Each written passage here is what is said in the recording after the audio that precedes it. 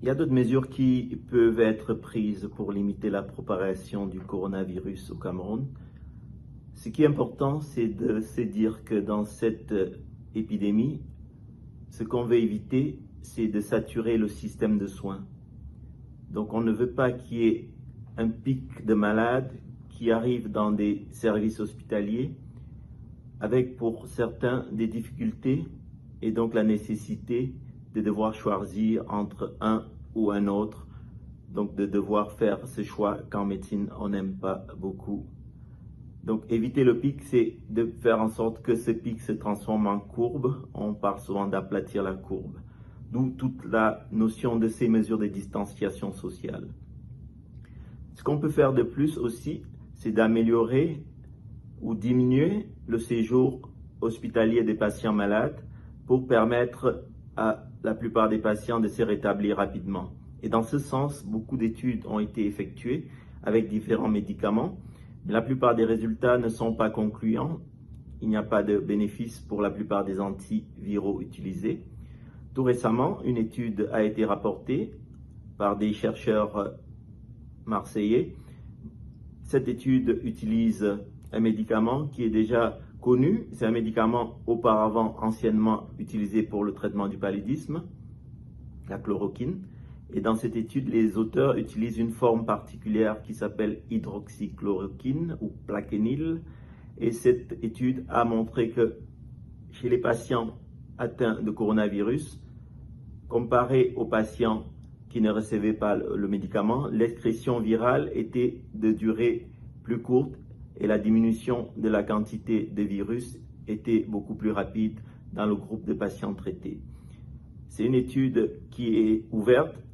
Il n'y a pas forcément de validation externe, mais on sait que dans la période actuelle de pandémie, il est urgent et impératif de permettre à la science de travailler différemment, de travailler rapidement. Il y a des données scientifiques qui doivent être robustes, valides, et les chercheurs travaillent activement pour permettre d'améliorer le sort des malades. Donc c'est important qu'on sache qu'on peut collaborer avec différentes équipes pour permettre de limiter ce séjour hospitalier dans les formes graves.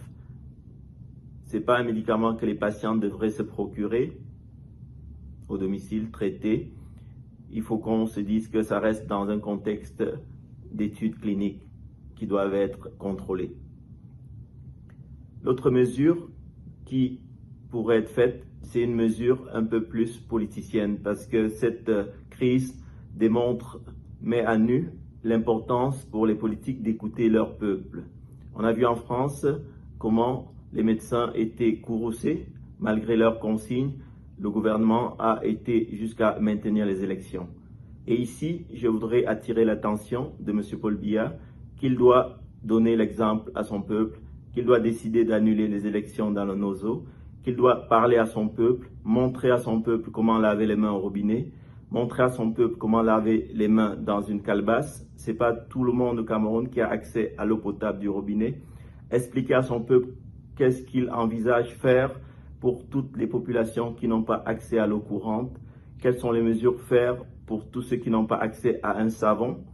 Le savon, c'est un luxe pour certaines populations des régions. Je demande à M. Paul Biya dès maintenant d'appeler au cessez-le-feu. L'ennemi actuel, c'est un ennemi commun.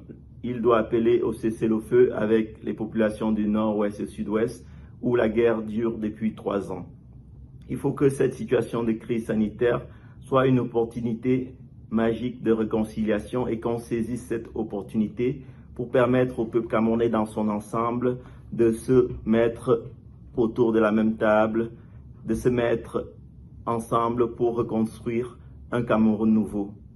Je suis en exil professionnel, j'ai quitté le Cameroun depuis longtemps, mais je suis comme des milliers de Camerounais, un amoureux de mon pays. Et je veux que ce Cameroun soit un Cameroun florissant. Et la crise sanitaire actuelle qui touche tous les Camerounais, du plus petit Camerounais au plus haut, quel que soit son grade, son rang, on est vulnérable face au virus. Et il faut que Aïtoudi dans le gouvernement, au Parlement, que tous comprennent qu'aucun d'eux ne pourra aller se soigner à l'étranger dans cette période de crise sanitaire et qu'ils doivent travailler ensemble pour, de façon urgente, rehausser le système de soins au Cameroun. Il faut rehausser le niveau de nos hôpitaux.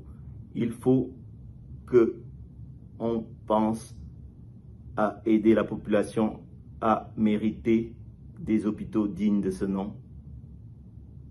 J'appelle donc M. Paul Biya à agir.